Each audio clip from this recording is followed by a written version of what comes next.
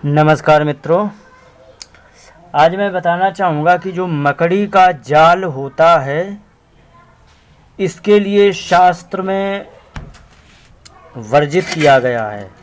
आयुर्वेद भी वर्जित करता है और अन्य शास्त्र भी वर्जित करते हैं और वास्तु शास्त्र तो विशेषकर वर्जित करते हैं।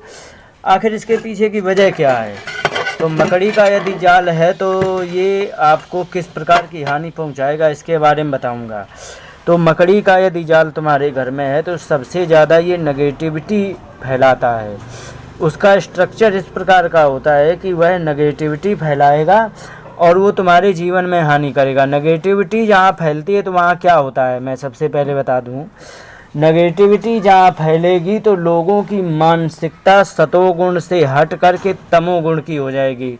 अब उसमें परिणाम क्या निकलता है कि अगर जो तमोगुण की मानसिकता हो गई तो कोई किसी की बात सुनने को तैयार नहीं होगा, बात नहीं सुनेगा कोई व्यक्ति, तो उसमें एक दूसरे में झगड़ा होगा। तो इसमें झगड़ा भी होता है, ये भी होता है, ये कलह का कारक होता है।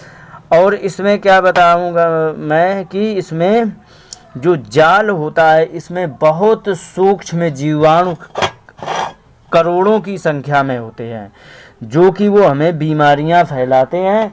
और वो यदि मतलब सूक्ष्म जीवाणु जहाँ पर होंगे तो वहाँ का माहौल ख़राब होता है और माहौल ख़राब होगा मतलब पर्यावरण वहाँ का ख़राब होगा। पर्यावरण ख़राब होगा तो वो हमारे सांस के माध्यम से भी अंदर जाएगा तो ये हमें तमोगुणी बना देगा, जिससे कलह होगा, कलेश होगा।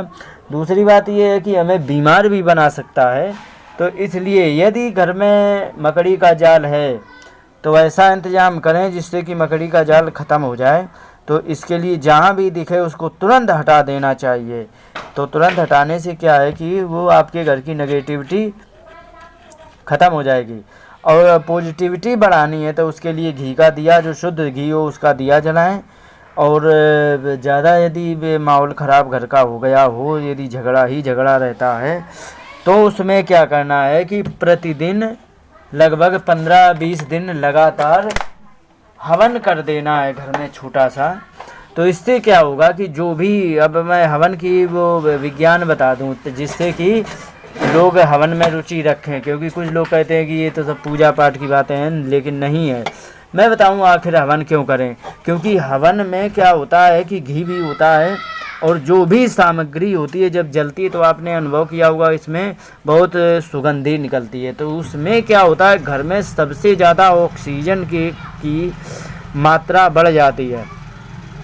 ऑक्सीजन की मात्रा बढ़ जाने से और उसके धुएं से, ऑक्सीजन की मात्रा बढ़ने से लोगों में निरोगता आता है, जिसमें कि आरोग्य आ जाएगा। दूसरी बात ये है कि जो उसका हवन का धुआं है उसकी एक विशेषता ये होती है कि उसमें जो भी जीवाणु हमारे हानिकारक हैं, जैसे कि ये मकड़ी के जाल के वायरस, अन्य कोई वायरस यदि आ गए, जी इन्हीं को नेगेटिविटी कहते हैं। और होता क्या नेगेटिविटी, मतलब ऐसे वायरस घर में घुस जाए जो हमारे मन को ख़राब कर रहे हो, वही नेगेटिविटी है। वैसे ऐसा पर्यावरण घर का बन जाए जिससे हमारे मन अपने आप प्रसन्न होने लग जाए, तो वो पॉजिटिविटी है। तो पॉजिटिविटी बढ़ाने के लिए क्या करना है, हवन करेंगे, उससे जो भी हानिकारक वायरस हैं वो सब मर जाएंगे। गांव में देखा होगा आप लोगों ने कि गांवों में माताएं गाय के गोबर से लीपती थीं, लेकिन जिस दिन लिप जाता था उस दिन क्या होता था कि वो घर एक अलग दिखता था। क्यों दिखता था, इसका रीज़न, और जिसने अनुभव ना किया हो, बिल्कुल स्पष्ट प्रत्यक्ष है, जिसने अनुभव ना किया हो तो वो अनुभव कर सकता है। ये सब कुछ एकदम स्पष्ट प्रमाण हमारे सामने है, कहीं दूर जाने की आवश्यकता नहीं। अच्छा, इसका विज्ञान क्या है। गौ के गोबर में 27% ऑक्सीजन होती है। और चूँकि पानी में मिलाया जाता है तो पानी में मिला करके पानी में भी ऑक्सीजन होती है। तो ये सारी ऑक्सीजन क्या होती है, मिल करके पूरे घर में उड़ जाती है। तो जहाँ ऑक्सीजन ज़्यादा होती है तो वहाँ पर पहुँचने से अपने आप हमारा मन प्रसन्न हो जाता है। और जहाँ पर कीड़े वायरस होते हैं, जिस घर में गंदगी ज़्यादा रहती है तो आदमी जा कर के उसका मन खिन्न हो जाता है। क्यों हो जाता है, क्योंकि उस जगह ऐसे वायरस ही उड़ रहे हैं। तो ये होता है। तो ये एकदम स्पष्ट रूप से प्रमाण देखना। तो यही होता है हवन से। तो इसी प्रकार का ही कुछ है, जैसे गंदगी ज़्यादा है तो इसी प्रकार के ही वायरस ये मकड़ी का जाल छोड़ता है, तो जिससे कि हमारे मन में विकृति होती है, जिससे कि हमें खिन्नता आती है, बहुत सारी बातें होती हैं।